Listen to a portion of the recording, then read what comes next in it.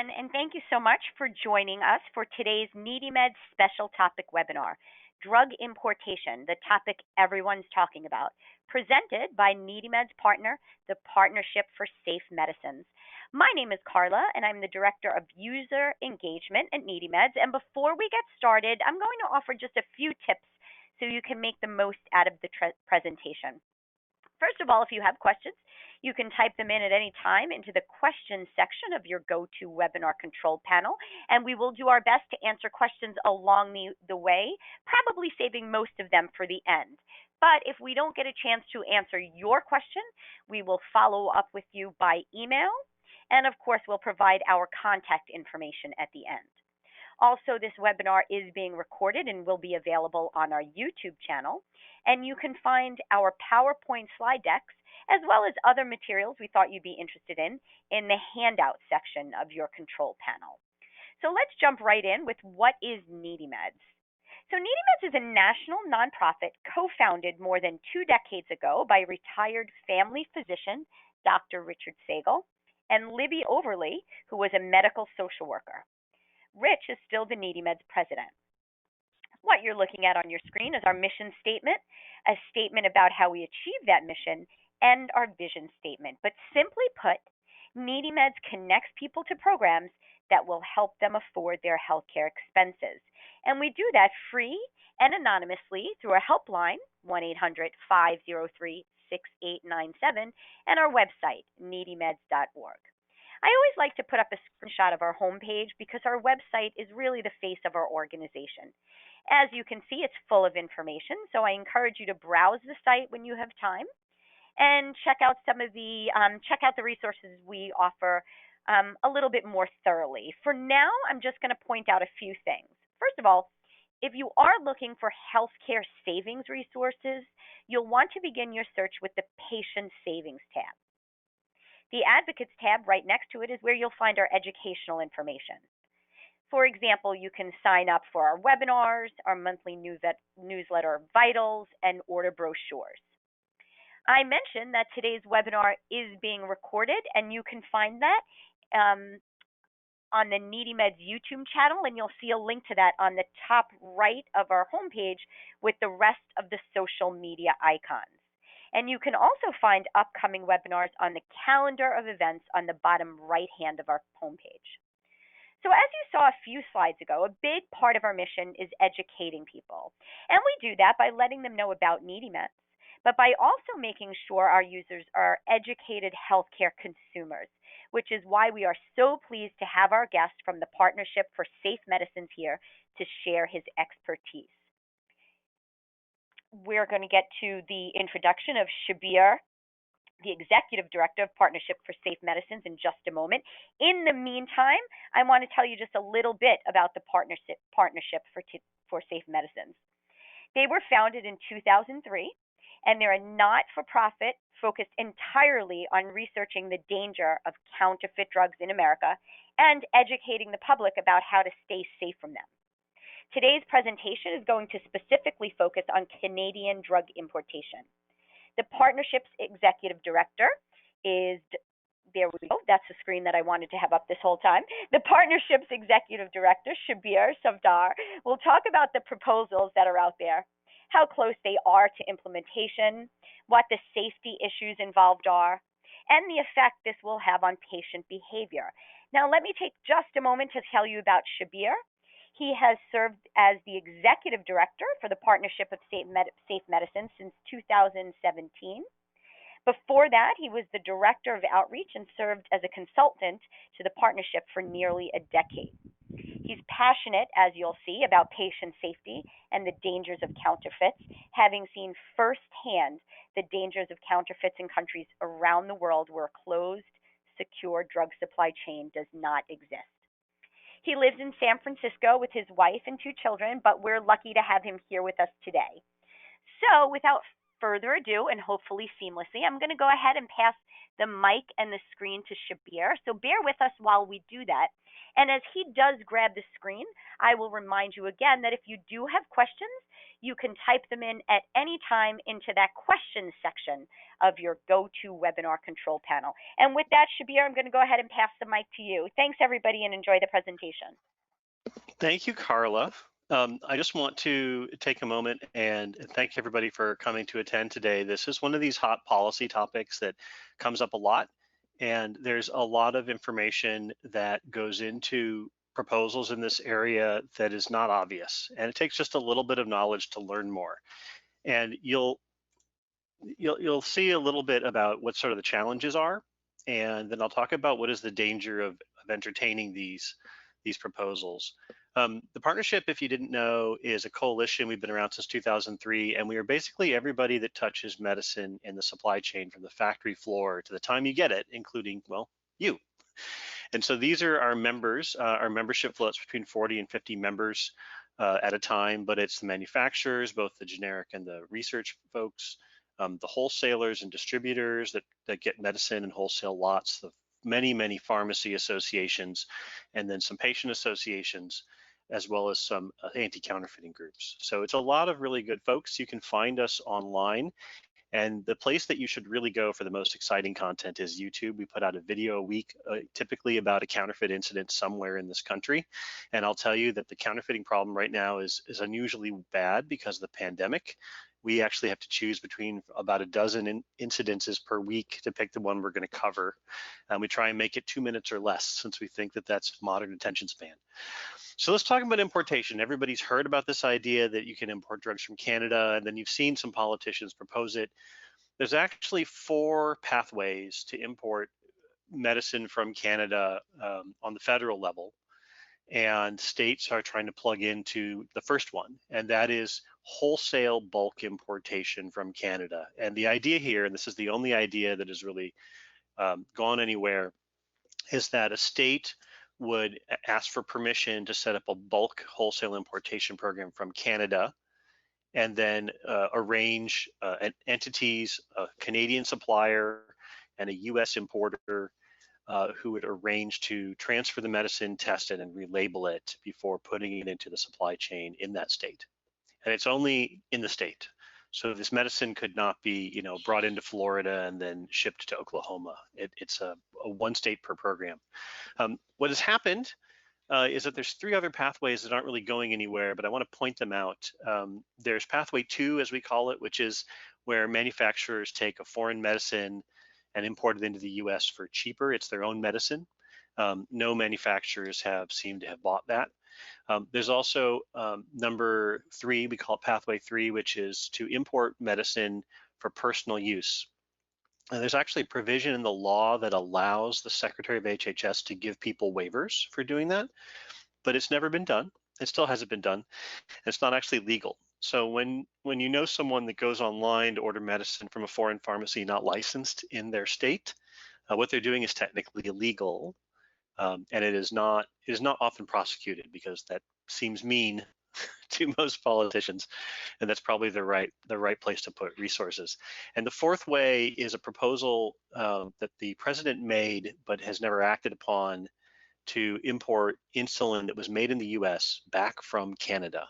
The first question is, how much of that is there? Because insulin made, a lot of drugs are not made in the US, they're made elsewhere. And how much insulin does Canada have slack in their supply? And the answer is, if you were to ask the Canadians, they would say none, and we're actually short a little bit of where we would like to be, which is one of the problems that comes up with these programs. But the only one that's actually gone anywhere is this idea of bulk state importation. And if you look at where the proposals are right now, the only one that's actually real is the bulk importation idea. There's actually finalized federal regulations about it, and states can, as of its effective date of November 30th, submit proposals to HHS to get their plans approved. And so the state that is probably going to go first is New Mexico, and I'll go through that in a second. But the states that have actually taken action here are Colorado and Maine. They've both actually sent preliminary requests, which is not enough for approval, but preliminary requests to HHS. And then you've got these other states, Connecticut, Florida, New Hampshire, New Mexico, Vermont, and Wyoming, who've all actually taken steps to either pass laws or taken executive action by the governor to put in place one of these programs. These other states below, that long list starting with Arizona, those states have all considered laws to set up importation programs from Canada. And these other states have not, they've talked about it, but they've not actually taken any official action or introduced any legislation that went anywhere. So excuse me, Shabbir, this is Carla. Yes. Sorry to interrupt. But we do have sort of a question comment from an audience member, and I bet you get asked this all the time, or somebody mentions this quite a lot, which is it seems that why are we inputting insulin when often it originally comes from the United States, and does that affect drug prices? So the proposal to import insulin from Canada is because insulin has pretty different pricing in Canada than it does in the US. The way that medicine works in Canada is that each province negotiates a price with manufacturers for what that medicine will be sold by. That kind of negotiation doesn't happen in the US. And so as a result, the US prices tend to float higher in some cases for certain kinds of medicine than they do in Canada. And so there are medicines that you go across the border in Canada that are cheaper. And so importing insulin from Canada would be a way of dealing with price control, getting a controlled price, a lower price, without actually doing any tinkering with the US healthcare system. And so politically, it's very attractive, right? For whatever reason, the US government does not seem to do much negotiation on price, and instead takes a market-based approach, and that has not brought prices down to the point where they are Canadian level. So that's why people want to import insulin from Canada, is because it would be cheaper. That makes a lot of sense. Thank you for the thorough response, and thank you to our audience member for asking it, because like I said, I'm sure you've gotten that question quite a bit before. So thank you. Yeah. Okay, I'll let you go ahead and continue with the presentation. And as we go, if you have questions that are relevant to this slide, absolutely, or whatever slide I'm on, please ask them, and I'll try and breathe in between them so Carla can get a word in. Thank you. On December 15th, New Mexico has promised that they will submit their application to HHS to do drug importation in bulk. And they've released a draft program, and they'll be the first state to actually release a program. And their draft proposal that they've put out there, assuming it doesn't change wildly before its submission on December 15th, has some real issues. And there's a couple of issues that make it hard to see how it's going to work. And then there's some issues that make it seem just downright a bad policy idea. And just to be clear, there needs to be work done in this area. Healthcare costs, of which pharmaceuticals are about 20%, are out of reach for many Americans, and you can considered medical bankruptcy in America is higher than anywhere else in the world. Most civilized nations don't have the concept of medical bankruptcy. However, this Canadian drug importation idea is never going to work, and the more time that politicians spend on it, the more we kick the can down the road of what a real solution would be. And so this is one of my big problems with it, is that it's delaying actual real structural change.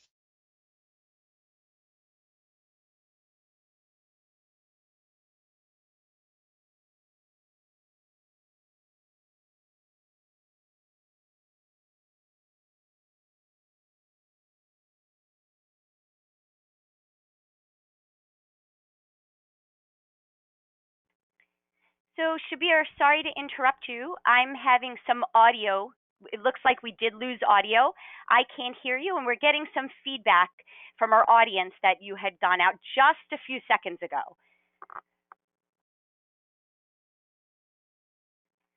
So to our audience members, Shabbir is aware of it. This was something we kind of anticipated we might encounter. So he's going to log back in as far as audio goes. In the meantime, a couple of things. Again, if you do have questions, you can go ahead and submit them by typing them into the questions section of your GoToWebinar control panel. And as you can see, we are answering them along the way. If we can, if we don't get a chance, we'll answer them at the end of the presentation. And if we don't get to them, then we'll follow up with you via email. So Shabbir, why don't you give us a shout out and we'll see if we can hear you again. I hope you can hear me now. We're good. Okay, we're good to go, everybody. Thanks for the heads up, audience. Thank you, everybody. So yeah, one of the big problems is that the New Mexico plan proposes to import brand name medications when cheaper generics already exist in New Mexico. And it's not clear why, if your commitment was to lower drug prices, that you would do that. But that's a real flaw because getting bulk medicines out of Canada is going to be a real challenge. The second of which is, for everybody who's heard of a PBM or knows about middlemen in the pharmaceutical supply chain, they know that that middlemen tend to mark up the price of medicines beyond what the manufacturer's price is, and that actually that's actually a big part of issues of financial access. And there's nothing in the New Mexico plan that says that PBMs are prohibited from marking up these Canadian cheaper medicines to the point where they would be just as expensive as the US ones. There's no plan for testing medications, and we've worked with an economist to study this problem. And the cost of testing medications that come from an unlicensed supply chain is a significant cost. And so we're very worried that because there's no plan in place, they're going to shortcut and shortchange the budget for that. There's no track and trace system that can trace these medicines back to the factory floor. If you probably don't know this because it's really for the people in the supply chain, but today, any participant in the supply chain that delivers US medicine has a barcode and a serial number that they can use to track the medication back to the factory floor. And Canada doesn't have a track and trace system, so that's not going to work. And they've broken that to make this work. There's also a problem with the New Mexico Board of Pharmacy. They don't have the authority to go into a premise like a wholesaler in Canada and inspect them. They don't have the legal right to do that or the legal right to demand records. And the plan has no explanation as to how they resolve that. And the final thing is, it turns out that Medicaid programs, including New Mexico's Medicaid program, gets medicine much cheaper than Canada does. And 1 in 3 New Mexicans actually is supported by Medicaid in New Mexico. And so New Mexico's Medicaid program will not participate in this program at all, which means that 1/3 of New Mexicans are automatically already doing better than this. And the answer there is clearly to look at Medicaid's techniques and then try and copy those, because that would be much easier than trying to take medicine out of Canada's drug supply. So there's also, if you're a healthcare professional or you work with healthcare professionals like pharmacists, there are some problems in this plan that are specific to pharmacists. The first of which is there is an increased concern about counterfeits being dispensed through this program because the vendors are wholesalers in Canada beyond the reach often of US law enforcement. And there's no financial or legal liability protection for pharmacists who dispense these medicines. And if you dispense a counterfeit, it's very much going to be an expensive event, even if it's not your fault, even if you bought it from a licensed wholesaler behind you. So that's an issue. New Mexico's also announced that they are going to name and shame pharmacies that don't participate in the program so customers can avoid them, which just seems wrong. If this is such a great program, you shouldn't have to publicly shame pharmacies that don't participate. And pharmacies, frankly, are fighting for their lives right now. There's also a sort of nerdy policy issue, but pharmacies mostly commit to a single wholesaler and agree to buy 90% of their medicines, typically in a contract from that wholesaler. And this is going to help push them below that 90%. And pharmacists are not guaranteed dispensing fees. If you know a pharmacist right now, they'll tell you they're going broke. It often costs them more to dispense a medicine than they actually spend in terms of staff and salary versus what they get as a dispensing fee. And there's no guarantee that they're going to get anything commensurate with their work in this program. And then there's double and triple stocking of medicines, and then some confusion because adverse event reporting is going to have to go through the state instead of the FDA. And there's a valid conflict of interest concern that the state might not take safety incidents as seriously because they're the ones who are also the cheerleaders for the program, and it's a conflict of interest for them to both handle medical adverse event reports and also be the cheerleaders for the program. So that is the quick overview of New Mexico program. The question is this a new idea? And the answer is no. Illinois did this back in the early 2000s under Rod Blagojevich, and he is, I believe, still in jail right now for corruption charges. His program tried to license Canadian pharmacies, which, as I said, live beyond the reach of U.S. law enforcement and the Illinois Board of Pharmacy. And the program did not do well. The medicines that they were importing pretty quickly dropped in price because generics came out and pulled those medicines prices down. There was a lot of expenses related to the program, not the least of which was flying inspectors back and forth to Canada to try and inspect facilities. And eventually it was not saving enough money to justify its budget, and it was canceled. And all the same promises were given for that as well, which is that, we were going to save so much money, it was going to be great. And in the end, it just didn't pan out. And that's how these programs typically do. In Minnesota, there was a really good example of this issue with cross-border inspections. The Minnesota inspectors went to Canada on a pre-announced inspection to review a facility, and they wrote them up and found all sorts of problems that would have shut a pharmacy down in Minnesota. And the problem was they were not legally their regulators. They were not able to compel them to make changes for safety or to shut them down. They had no license that they could withhold over their head to say, if you don't do this, we'll pull your license and your facility has to shut. They had no power. And as a regulator, when you have no power, it's hard to be a good regulator, basically. And then in Maine, they did a program in between 2013 and 2015 before it finally got struck down in federal court. And within 90 days of starting up that program, they were lab tested counterfeits that this gentleman, Professor Kenneth McCall, bought and then tested. And in 2 cases, there was insufficient active ingredient in the medications to actually meet what was on the label. And that's very problematic, right? Because if you are taking a medicine and it's underdosed because it's a counterfeit, and your doctor then raises the dose, if you actually get a full dose product after that, you're likely to have a pretty bad reaction. It could be very dangerous to you. The third one actually had an undeclared ingredient. And we know from the recent valsartan recalls that even a tiny amount of inappropriate ingredient, if it's carcinogenic, could be very dangerous to the patient. So we've actually seen Canadian vendors ship these products. In this case, the vendor that Dr. McCall ordered from was called CanadaDrugstore.com, and the Canadians in question never served a day in jail, and the AG of Maine was not able to do anything to them. They eventually did fall prey to the Department of Justice, but 4 years later, and they paid a fine, and they were gone. They were not able to compel them to come to U.S. court. There's also some other issues with, and I mentioned this before, we are on a 10-year rollout of a track and trace program that will make our drug supply, which is already pretty good, but probably the best in the world.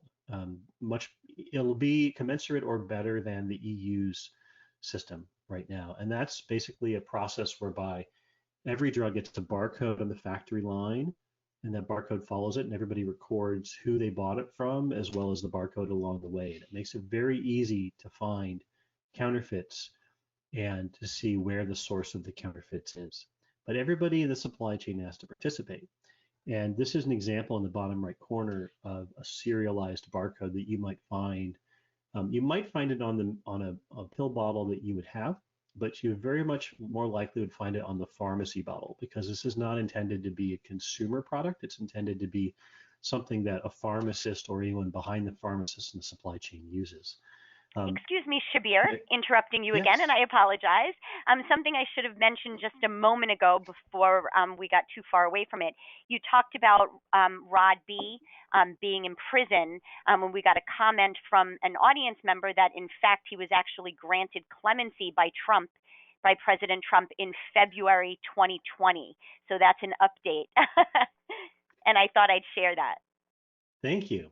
I stand corrected. And I'm sure Governor Blagojevich's family is happy about that.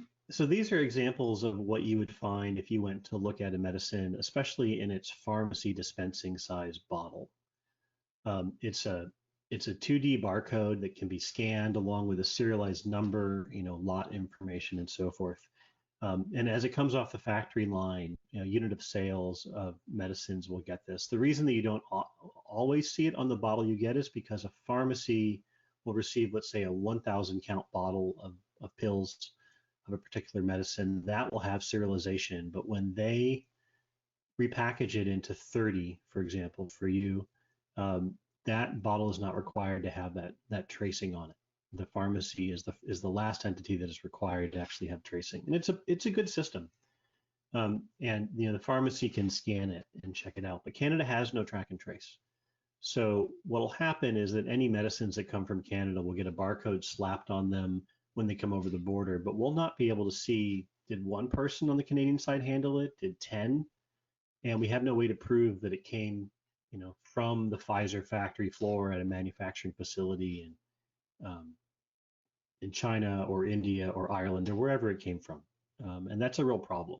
There's no way to actually prove that. And this is typically, people say, well, is this really a risk? And the answer is it is actually a risk. There have been multiple prosecutions of Canadians, but this gentleman in particular was the most egregious. His company had two arms, a retail one, and you may know patients who ordered from CanadaDrugs.com, which doesn't exist anymore. And it had a wholesale arm. And the wholesale arm trafficked in counterfeit cancer medication that was sold into the US. And that cancer medication, which is called Avastin, had no active ingredient at all in it. In fact, all it had was a little mold because it was made in a non-sterile facility. There was another really bad counterfeit outbreak in America in the early 2000s. It came out of South Florida because they didn't put enough inspectors behind their pharmaceutical wholesaler regulation division. And in that case, you could only really tell the counterfeit, which had a fractional dose in it. It was up-labeled, as they call it. So they took a low-dose product, which costs $25 a vial, and they put a high-dose label on it, and suddenly it was worth $400 a vial. And that's a real problem if you needed the $400 a vial dose of that medicine. And there were only some small mistakes on the label, like the degree symbols, as you see here, were missing. And patients really suffered. And it went from Florida, it went out to a number of states. There's also some financial issues with these programs, and I mentioned before, but this professor of economics, we worked with her to fund a research paper where she looked and said, okay, if you're going to statistically sample a pallet worth of drugs you buy from Canada, how much do you have to spend? And she found that because testing costs between $2,500 and $4,100 a dose, and if you want to test a statistically relevant sample, you have to test a lot of samples, and you very, very quickly add up to large amounts of money. And the reason that we don't actually do this, we don't buy medicine from foreign entities and then proceed to test it into safety, is because it's so expensive. Instead, we actually only allow the manufacturer themselves to import the medicine to the US, so we know that we're getting the right product. And then we license every entity and inspect every entity along the way, including the original manufacturer. So that's a real problem. There's also another problem, which is that Ontario, let's say, negotiates the price of a medicine, and that's what it pays. If you go to buy a pallet of that medicine from a wholesaler in Ontario, you're not entitled to that price-controlled price. They can sell it to you for whatever they want. And so there's no guarantee that we're actually going to see these savings that the Canadians see. And there are cheaper ways of addressing it. I've mentioned before, we studied in great detail Colorado's initial application to HHS and found that they had $47 million worth of medicines that they could simply switch to generics and start saving on day one based upon their stated usage. And we also have seen objections from law enforcement. Law enforcement has said they're not comfortable with this. They're currently dealing with a wave of counterfeit pills, especially ones made with fentanyl, and that's got them very, very concerned. The last and most obvious problem with the proposal here is that Canada's not going to be a part of it. They've already said repeatedly that they will not be a part of it. And it's because they have 1/9 the population of America, and they don't make their own medicine. Maybe 25% of the medicine Canadians take is actually made in Canada. The rest comes from other overseas factories, some of which are the same factories that we get our medicine from, but they're not in control of how much they get. They make requests, and they are currently experiencing great drug shortages that are threatening their people. And so they're absolutely not a willing partner in this. And I think that's problematic. In fact, if you look at Drug Shortages Canada, which is a Health Canada sponsored website, you can see that any time they have between 15 and 1600 drugs in shortage. And that's a lot more than we have in the US. Pharmacists in Canada will talk about how they spend several hours a day trying to find medicine that has been back ordered because they need to source it. And we would actually run them dry. My board chair studies the size of the Canadian drug supply every couple of years, and he found that the 2018 Canadian drug supply would be basically empty if 20% of US prescriptions were sourced from Canada. And it would be empty in about a half a year. And the Canadians know this, and this is why they're so afraid, because they're afraid that if they end up having wholesalers ship their medication out, that they won't get any more from the manufacturers. That the manufacturers, will say, well, we sold this to you for Canadian consumption and you sent it away. Why should we give you any more? To that end, the embassy in DC has been to the White House before to explain that they're not happy about this proposal and that they cannot actually supply the US. And this is the real danger. If you've got the Canadian government refusing to cooperate, then the only vendors you can work with in Canada are going to be pretty shady. And that's a terrible place for us to be proposing to buy medicine from. So it's not surprising at the end of a talk like this that someone would say to me, well, where are the solutions? What are the solutions that, if not this, well, then what else? And I would say the first thing to look at is to remember that medicine is 20% of the whole healthcare dollar. And so there are places to look for savings in medicine, but it is not the whole problem of the cost of healthcare that Americans are struggling with. And one of the most obvious ones is generics. We've seen over and over states want to import branded medication when there's a cheaper generic available here. And they should not do that. It's infinitely easier just to take the superintendent of insurance for a state and tell them that they always have to offer a generic and then look at how much they're marking up that generic. That is the number one way. And one of the interesting things we've learned is that if you look in Canada and then you look in the US in similarly sized cities, our generics are often the same price or less. And the reason for that is because our market is so big, we end up with several manufacturers for a generic on the market, and they all try and undercut each other in price. And so our generics end up being cheaper. Now, this is not necessarily good if you're a generic manufacturer, but that isn't my problem. And that isn't consumers' problem. If the market for generics is, when there's more than 3 or more manufacturers, works pretty well for them. Another one is pharmacy benefit managers. If you know anything about them, they're a middleman. They don't make medication, they don't dispense medication, and they're not really a wholesaler. But they sit between you and typically your insurance company and the wholesaler and control the price. And they mark medicines up, or they charge different prices for what they are buying it for versus what they're selling it for. And when you start to look at how much money they make, it seems difficult to imagine that they're actually helping the consumer or the patient out because they're making a lot of money. And in West Virginia, they pulled the PBM, the pharmacy benefit manager, out of their Medicaid program, and they saved $54 million in the first year because what they were doing was they were charging a big price difference for not necessarily adding a lot of value to the chain in terms of what patients see. And so that we've seen those motions in Ohio and elsewhere. There's actually a case in the Supreme Court about PBMs. I think that we will see some savings come out of the market due to PBMs being regulated, hopefully in the future. Carla, you can take it back to your Q&A slide. That is the end of my set presentation. I would love to answer questions that people might have about importation. Absolutely. We will certainly do that. And as you were speaking, there were a bunch of questions that did come in. I figured we would save them to the end, and I'm glad you're okay with that. And to our audience members, a reminder, I think I haven't reminded you in the last 30 seconds, so I will do it again, which is that, again, if you do have questions, go ahead and type them into that questions section of your GoToWebinar control panel. I also mentioned at the beginning that Shabbir provided some other materials he thought attendees would be interested in. So don't forget to check out the handout section of your GoToWebinar control panel. And again, if you have trouble accessing them, let me know. And before I get to those questions, I do want to remind everybody that we hope you rely on NeedyMeds.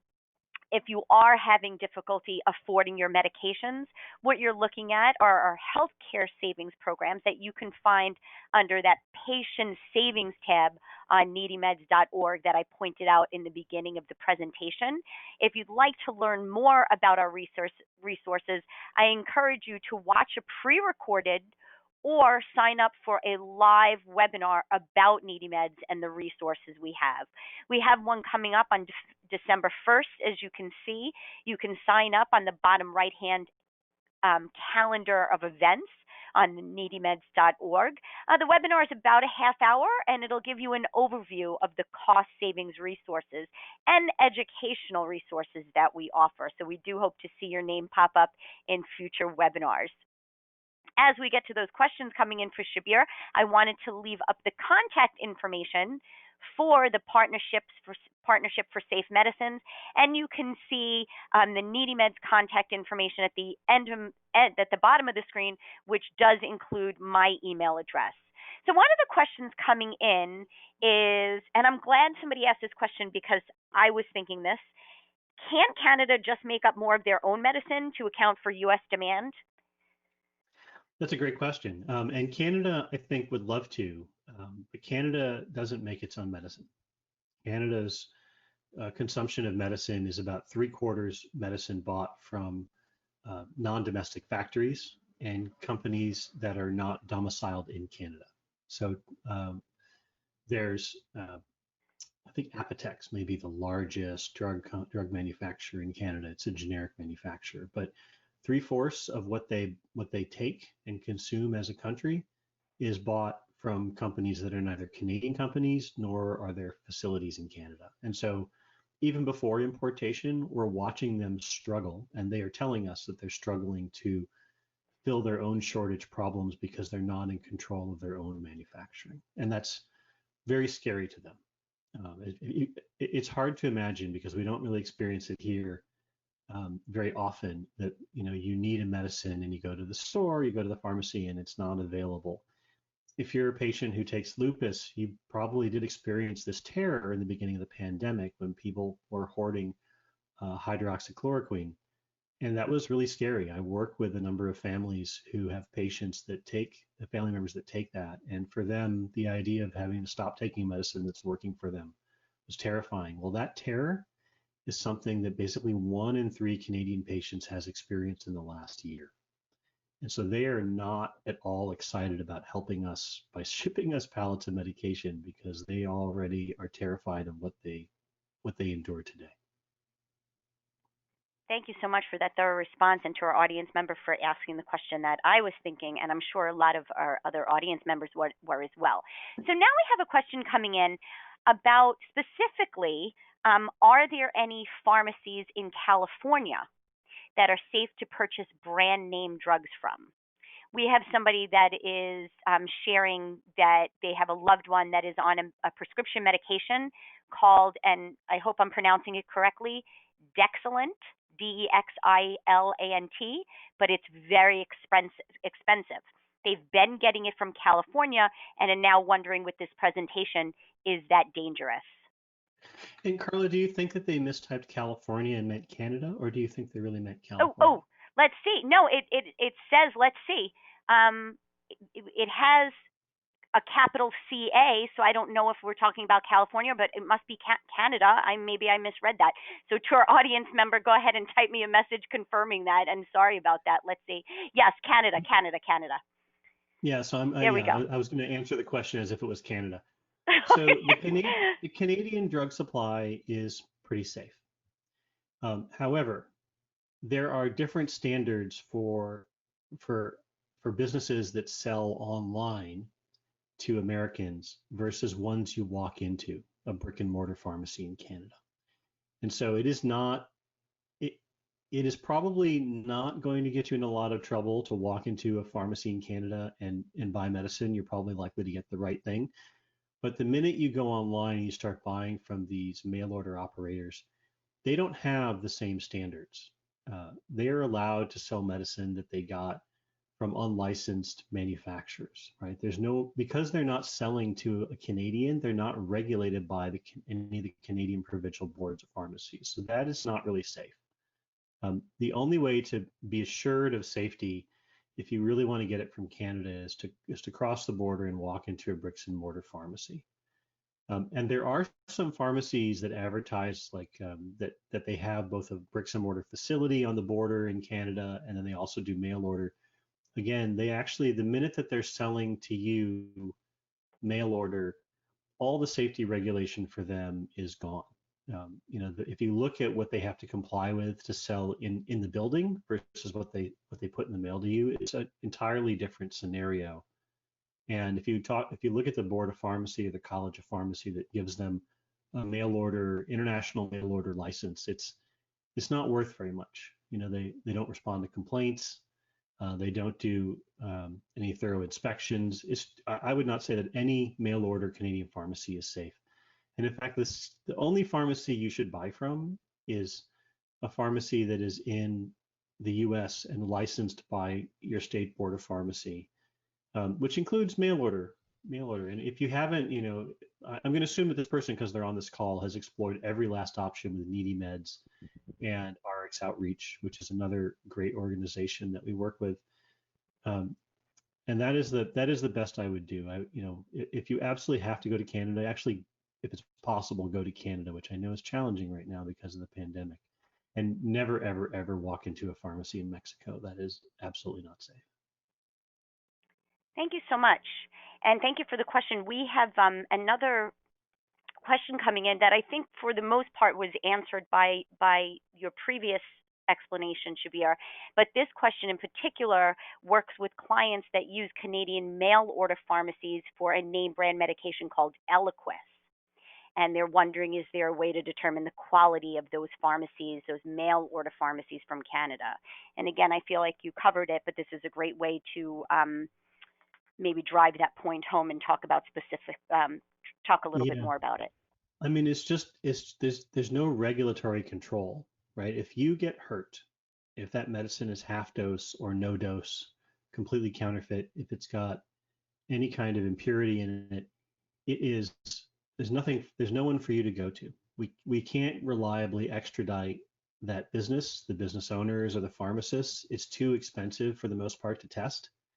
And counterfeits are so good that you'll never be able to look at it. A pharmacist could look at that medicine and not be able to tell if it was counterfeit or not. The only way to assure that you're actually getting what you should get is to get it from a US state licensed board of pharmacy licensed pharmacy. Thank you so much for driving that home. And some of the other questions coming in are similar to that about as what you just stated, that there really aren't regulatory guidelines in place, which is super important. Let's see. A question about. Let me make an add-on point to that. I understand why people do it. Sure. And if you absolutely have exhausted every option that NeedyMeds, RX Outreach, and the manufacturers companies have for lower cost medications, and that's what you do, it's not safe.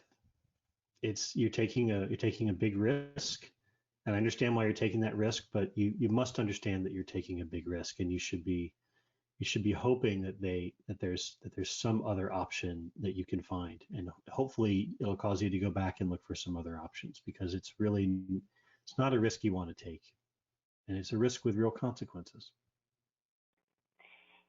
That's really important. And as you said, everybody can understand why people feel that they are forced into a situation where they do have to make that decision.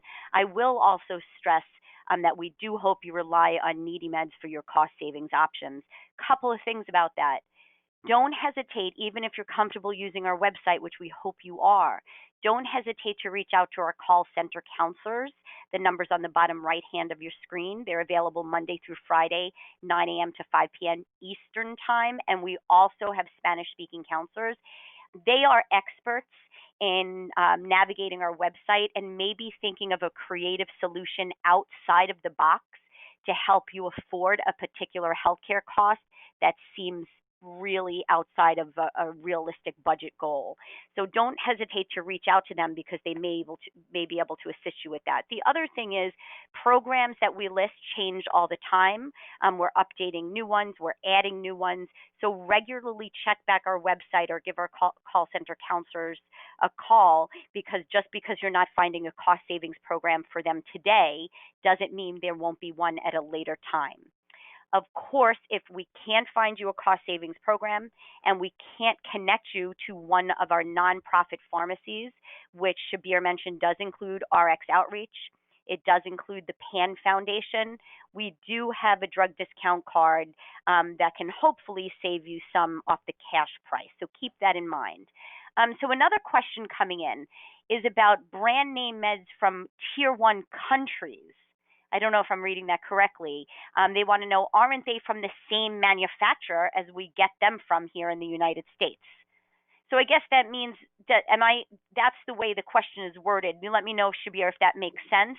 And if not, we'll ask for some feedback. Great. No, so this is actually a popular misconception that is circulated by people who are involved in the criminal online drug trade, which is that there's an idea that tier 1 countries are safe to buy from because they have the same standards as the US does.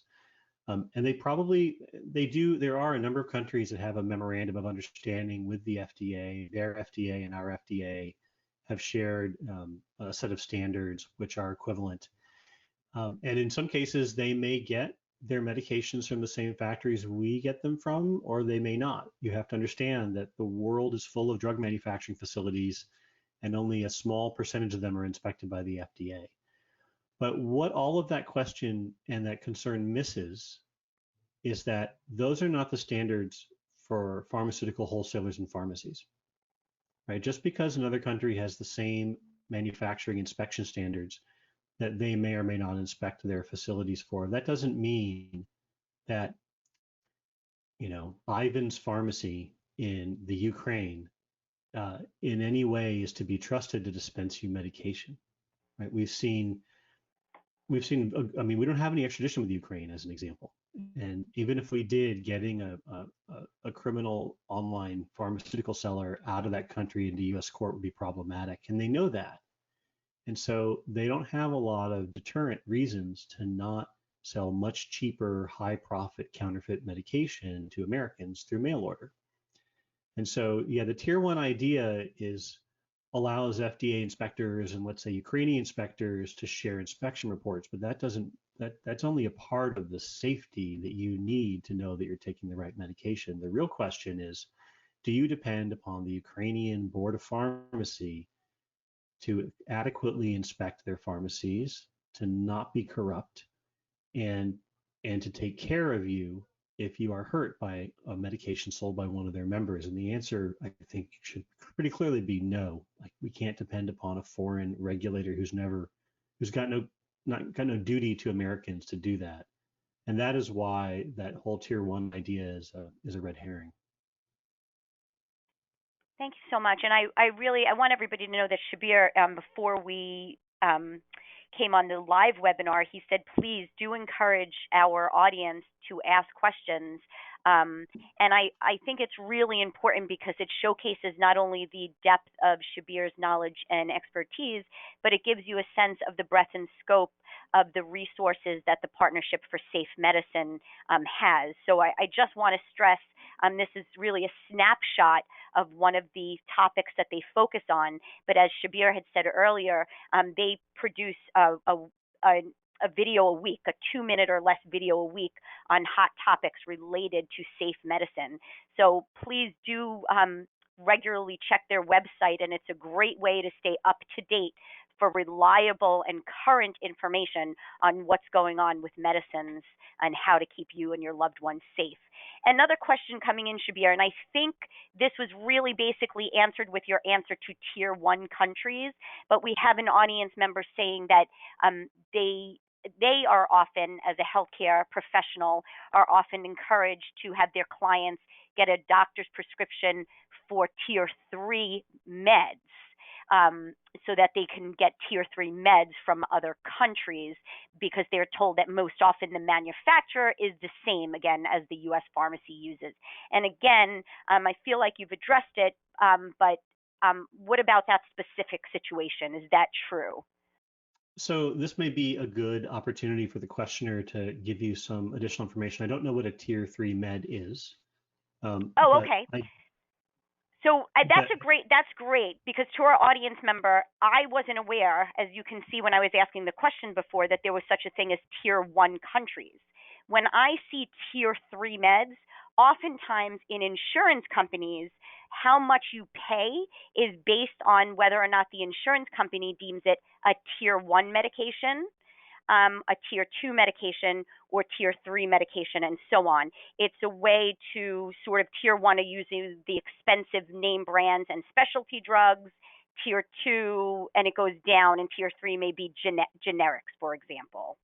So I think the question is, if you're looking for a common generic medication that may be considered an insurance company's tier 3 medication, if it's a generic tier 3 medication, is that something that could be considered safe? Because No, the word out there is, that if it's a generic med or tier 3, they're coming from basically the same manufacturer anyway. So the answer is no. There's no safety based upon the kind of drug you're getting. In fact, the generics have quite a bit of counterfeiting. In test buys that we've done from foreign pharmacies, we've tried ordering a medication and then we've gotten an unapproved generic. It doesn't look like it. It's not made by the actual manufacturer. It's made by a generic manufacturer that is not licensed to distribute medicine in the US. And if it looked like one that was made by a manufacturer in the US, we couldn't tell if it was real or not, right? They forged logos, blister packs, holograms. There's just no way to know if what you're getting is real or not.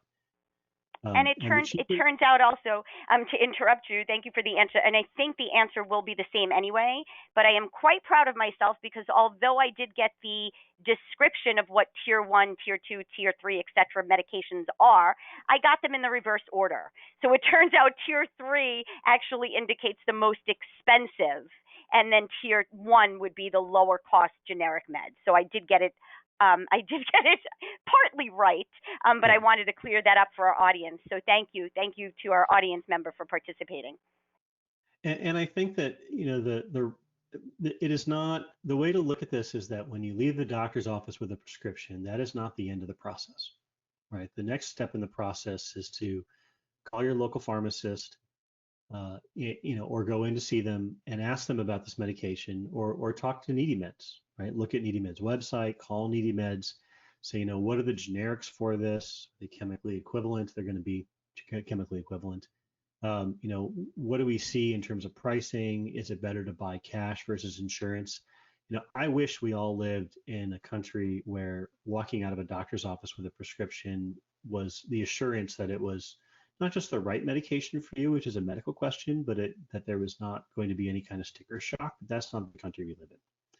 And so there's always a bit of research, especially with a new medication, where I think you have to figure out, is this the right one in this category, or is there an alternate that's chemically equivalent, like a generic that I could get that is cheaper?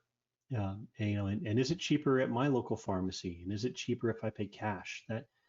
That series of questions, unfortunately, is a burden to us all, but it is still going to be safer to do that to spend that amount of time than to go and Google, an online pharmacy. The truth is, there are, for every 10,000 online pharmacies, 96% of them, according to the National Association of Boards of Pharmacy, are not safe to dispense for Americans. They're in violation of some licensing issue that would make it a concern. So, Google is a terrible way to try and figure out what is a safe online pharmacy. Absolutely, and I believe I've heard you say that statistic before, Shabbir, and I never fail to be shocked by it. And thank you for mentioning NeedyMeds as a source of education. It's a good opportunity to point out, we also host and maintain a website called BeMedWise. You can find a link to it on the left-hand side. There's a box for it on NeedyMeds.org, or you can go directly to BeMedWise. And it is a site dedicated to the safe use, and storage and disposal of medicines. There's a ton of information there, but what is also on there that I wanted to point out is under, I believe, the Get Informed tab, there are suggested questions that you can ask to your healthcare provider about the medications you're currently on, as well as new medications. And as Shabbir said, once you get the prescription at the doctor, in many ways, that's the beginning of the work you have to do. So we know, again, that cost is a big barrier for people to be able to adhere to the medication regimen. So we hope you rely on NeedyMeds for that. But we also hope you rely on us for reliable educational information. So check out that BeMedWise.org website and let us know what you think about it. Another question coming in, and this might be the last one, is, has anyone, Shabbir, done a financial analysis of drug importation? So yeah, we've done a little bit of that. The plans have not been concrete until now, and there you've seen actually in Maine, the Medicaid administrator there actually took a list of drugs that they wanted her to buy from Canada, and she compared it against the pricing they got, and it did not save money. In fact, it would have lost about $1 million. So what you're seeing around the country is Medicaid administrators rejecting Canadian drug importation. And depending on how many people in the state are on Medicaid, that leaves a much smaller pie. And of course, as you can imagine, a much smaller savings, because in theory, the more you buy, the better price you get. What we're now seeing from New Mexico is we'll see a list of drugs, and we're seeing that the savings are very spotty. They're not able to, in many cases, save money across the board, and no biologics are allowed to be imported from Canada according to federal law. So all these programs don't include insulin, which is a biologic, and they don't include any of the more modern miracle biologics, for lack of a better word, because they do seem like they're magic sometimes. And many, many times when there's a cheaper generic, we're finding that the importation program is not really going to save money. Part of that, honestly, is because they haven't figured out what the costs are. We've been saying that they're going to be pretty high, but they're afraid to actually come out with the actual cost. And one final note here, I will say that Colorado, which has been working on this for 2 years, has so far spent $2 million developing their importation program. It's not ready. They're not ready to submit a proposal to HHS. They have no Canadian vendor willing to sell the medication because they are afraid that they will incur the wrath of their own government if they take medicine out of Canada. And they've already spent $2 million getting to this point, and they've got nothing to show for it. It's going to be a real problem. These things don't actually save the money people think they do when you dig into the details. Thank you so much, Shabbir. And thank you to our audience for participating in the question and answer portion of the webinar, and Shabbir for encouraging that.